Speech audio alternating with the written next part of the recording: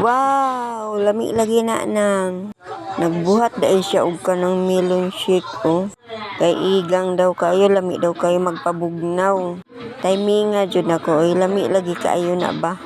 Melon pa jud nga paborito kay nako oh, nakabuhat na dahil siya isa nya karon nanapod ni oh. Kaduha na ni ron.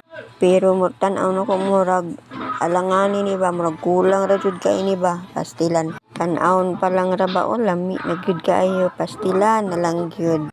Pero tinginin tara pag gyud sa panahon, aw tambal jud kaayo ni ron, pabugnaw gyud, tinuod jud nga papugnaw gyud. Binukog atik ra to ganiha ang sabot ba, tinuod jud ay.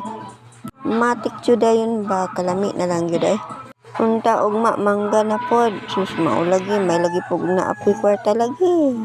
Lami jud kani ba sa daghan kay guys, ba kay igang kayo. Mao jud din tinuod nga pabugnaw, di ba? Oh, di ba?